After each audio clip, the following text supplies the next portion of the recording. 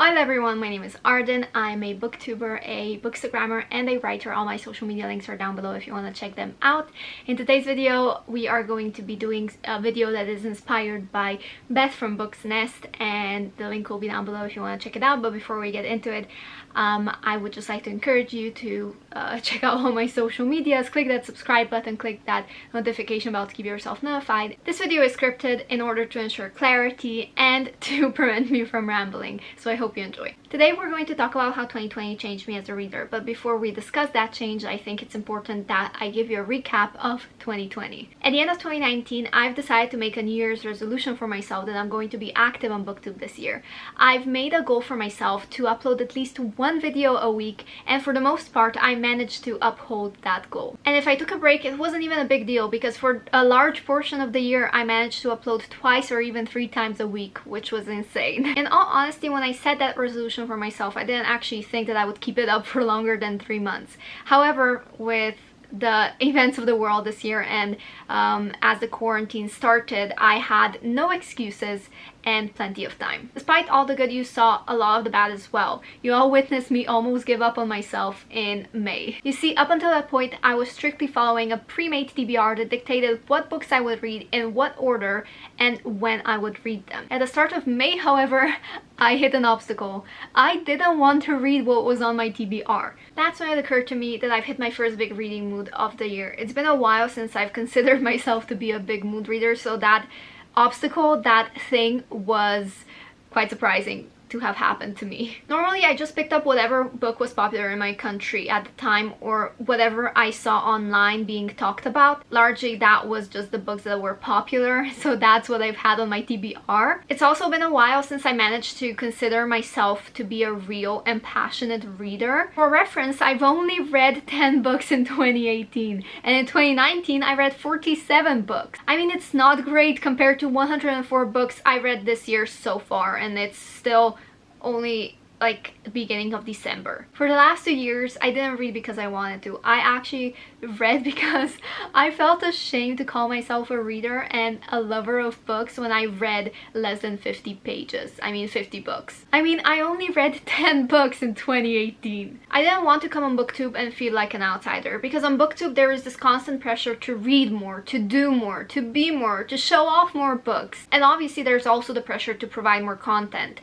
But if you're not reading, how are you gonna provide more content, especially if you hate doing tags? So that's how my year started, with a wish to read as many books as I can and find my passion. Pre-selected TBRs provided me with structure that I needed to develop a habit and keep on reading. As a reader, my personal biggest problem is picking out and starting a book, opening those first few pages. Truth is, I don't even know what I want to read. I've got books on my TBR, but unless I am in a specific mood, I am indecisive with my choices. When my reading mood first hits, it comes and goes and then is followed by a different reading mood. Over the course of this year, I realized that certain genres I've considered to be my favorite this year now became a little bit repetitive and sparked no interest in me. A few months ago, I even made a video that never got posted where I ranted and talked about how I possibly did not like YA contemporary books. Don't get me wrong, I used to enjoy a good contemporary, especially if it came from Wattpad, but published ones were always a hit or miss with me. And as months went on, I just realized that I outgrew the genre, and it's not as much of a dislike for contemporary, but just me needing to read something more mature and romance heavy. In 2020, I rediscovered my love for new adult and romance. In the past, I've loved fantasy series such as ACOTAR because it had romantic elements to it, and it wasn't necessarily YA, even though it was marketed that way. I realized that as a reader, I heavily rely on romance for my enjoyment. Don't get me wrong, I still enjoy a good story without romance. However, it's just my preference to enjoy stories with romantic interests and romantic involvement. This year, I've also tried genres that I normally steer clear of, and let me name them. Thriller, horror, mystery, adventure/action, wasn't sure how to name that, science fiction, and middle grade. To clarify, I do enjoy a good Percy Jackson book, but middle grade normally wouldn't be considered to be my favorite. I even said that in one of my past videos. But right now, currently where I'm at with my reading moods, it's one of my favorite genres to read. This year, I exchanged contemporary for romance books. I switched fantasy for science fiction, even though I'm still getting a little bit comfortable with the genre. It's not my favorite, but I made a subconscious decision, not conscious, subconscious decision to read more sci-fi this year. I haven't picked up paranormal books for a while prior to this year, and it was nice to dive into those again with Bloodline series. Apart from that, I gave horror, mystery, and thriller another chance this year. Even though those are hit or miss with me, I realized that I need to be more conscious of what types of stories I pick up. So for example, are they more paranormal? Are they psychological thrillers? Are they about ghosts or real, like, physical killers, human, I don't know, you know? I'm excited to explore more of that in 2021. I love reading nonfiction, but only when I have a clear head. Being the kind of person who has the short-term memory of a goldfish, I tend to forget what the books are actually about when I pick them up to discuss them in my wrap-up. Nonfiction is a genre that helps me practice remembering simple facts, and it deepens my knowledge of the world around me.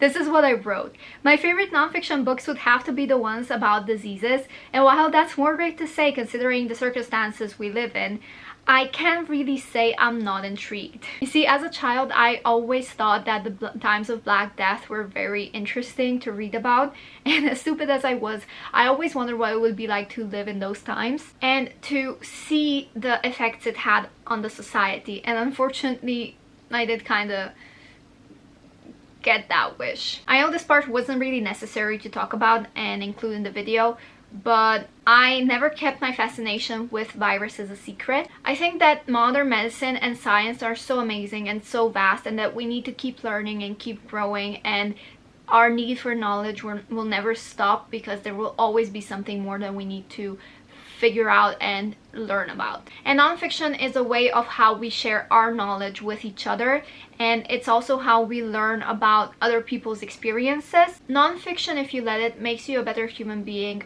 by making you question everything in your life, such as privilege, and it reminds you that these are the things that we need to talk about, and these are the things that we need to consider. There's always more that you can offer the world. There's always more that you can do to make the world and yourself better, and I think nonfiction helps us improve as people and what we offer to the society. In 2020, I've also learned that it is important to have balance in your life when it comes to everything, when it comes to balancing your social medias and your offline presence, for example, or maybe work, school, private life, or even the kind of content you put out into the world. For me, this year, I would say, could be described as the year of phases.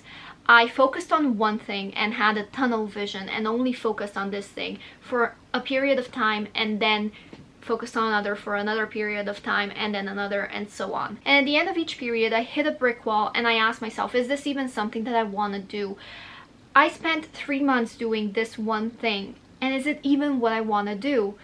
Before continuing on to the next period. My moods and phases this year changed so much that it was very easy for me to get overwhelmed by all of it. And with the last few months only being so heavily focused on reading arcs, I decided that for the next few months moving forward, I'm going to only accept arcs if I can accommodate my schedule to all of the deadlines that come with reviews. I mean, you might not know it, but I am very busy. Between school, juggling my booktube, Wattpad and Inkit, between Bookstagram, social medias, my home life, my friends, and the pets that I have, I've got zero time for myself, because I do consider all of that to be work, even though a lot of that isn't technically work, but I take it as seriously as I would take my work. I'm the kind of person who gets easily stressed out, and I still take on more, even though I am so aware of the fact that it's more than I can handle. And when I'm behind on a project or something,